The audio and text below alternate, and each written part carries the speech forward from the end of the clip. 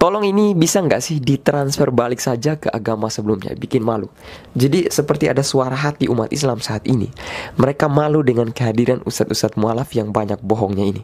Kemudian mereka mengatakan, bisa nggak sih ini ditransfer balik ke agama sebelumnya? Kemudian saya mewakili teman-teman Kristen yang bilang begini, sorry, kami tidak butuh. Oke, balik lagi sama gue, Printo, di channel Terbaik Kita Kan Geng. Terima kasih banyak untuk semua teman-teman yang masih setia menanti video baru di channel ini. Kalian semua luar biasa, teman-teman. Enjoy aman, jangan lupa bersyukur. Ya, jadi sudah 2 atau 3 video saya membahas tentang salah satu ustadz mualaf, ya kan? Kebanggaan kalian semua lah gitu, teman-teman ya. Oke, jadi ini ada sebuah lagi postingan di Instagram, ya kan, yang membahas tentang beliau juga. Namun yang menggelitik saya di sini bukan isi postingannya, tapi captionnya, teman-teman semua. Caption ini yang sangat menarik dan akan kita bahas di video kali ini. Jadi gini, tanpa kita sadari, di Indonesia saat ini banyak sekali orang-orang yang mualaf. Kemudian tiba-tiba langsung menjadi seorang ustadz, seorang penceramah, seorang pendakwah. Menurut saya yang benar harusnya seorang yang baru masuk ke dalam suatu agama yang baru, dia itu menjadi seorang pelajar, atau dia harus belajar banyak tentang keyakinan yang baru. Tapi anehnya di sini, baru masuk agama itu sudah menjadi seorang ustadz, sudah menjadi seorang penceramah. Luar biasa memang teman-teman semua ya.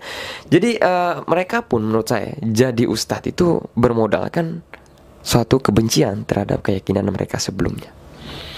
Sampai kemarin ada cerita Yahya Waroni tabrak anjing, saking bencinya dia sama anjing, ya kan? Nah, itu bisa kita lihat teman-teman semua dari isi ceramah mereka.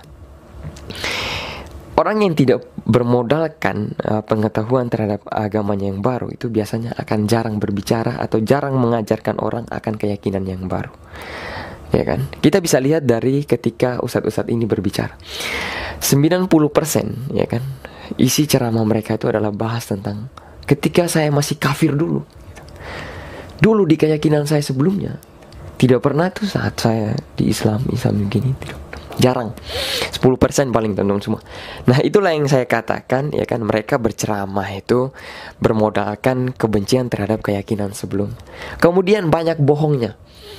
Gini nih, salah satu nih, saya dulu mantan pendeta. Saya ini mantan pendeta. Padahal setelah dicari tahu, dia bukan pendeta. Dia orangnya biasa-biasa saja, tidak penting pula di agama sebelumnya. Kemudian lagi, saya ini mantan rektor di Papua. Ngaku mantan rektor. Kemudian dicari tahu, bahkan Pak Esra Soro turun langsung ke Papua, teman-teman semua. Tidak terbukti, tidak ada satu dokumen yang membuktikan bahwa ustadz ini adalah seorang rektor dulunya. Lucu, teman-teman. Kemudian ngaku berpenghasilan jutaan, ratusan juta, ngaku berpenghasilan ratusan juta dibayar oleh Jerman. Kalian bisa cari tahu pendeta di mana yang gajinya ratusan juta. Yang dibayar karena dia menjadi seorang pendeta ya, atau dibayar oleh sinode lah, seperti itu, teman-teman.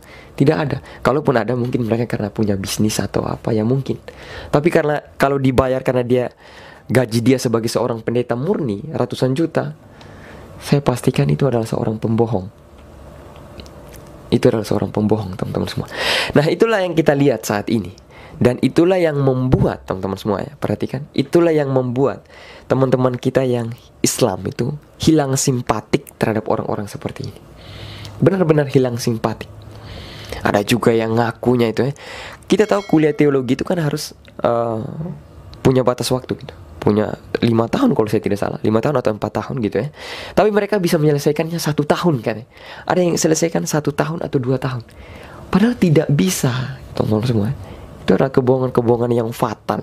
Kalau kalian berbicara seperti itu di depan teman-teman yang muslim, ya mungkin mereka percaya saja, karena mereka tidak mengetahui. Tapi ketika didengar oleh kita yang Kristen, itu bohong, itu sudah pasti bohong, kita langsung tahu, teman-teman semua.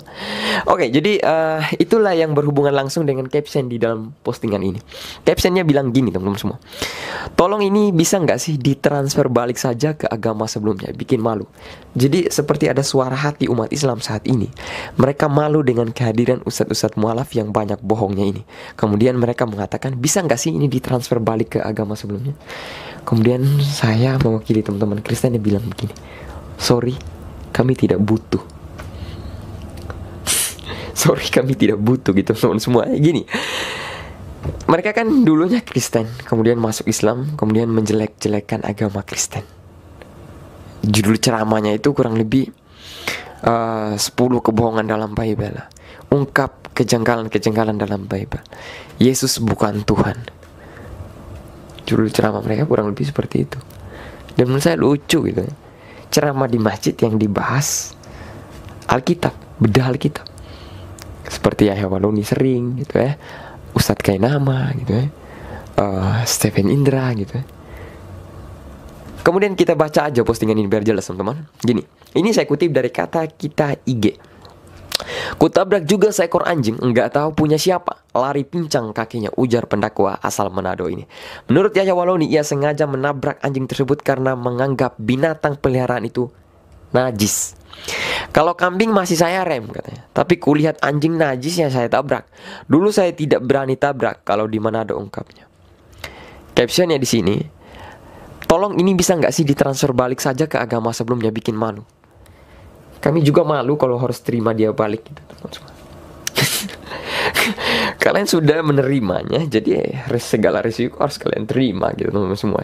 Kalau kemudian kalian menjadi malu karena dia, ya jangan dikembalikan kita. Kembalikan saja kepada Sang Pencipta. Oke teman-teman semua. Kemudian ya kan, ada banyak komentar-komentar sih teman-teman semua ya. Ya, ada komentar seperti ini. Maaf bang, yang sudah dibeli tidak bisa dikembalikan. Memang sengaja kami buang karena barangnya cacat. Salah sendiri, ada yang mau ambil. Nggak maulah dibalikin lagi ke kami. Barang telah terjual, tidak dapat dikembalikan lagi.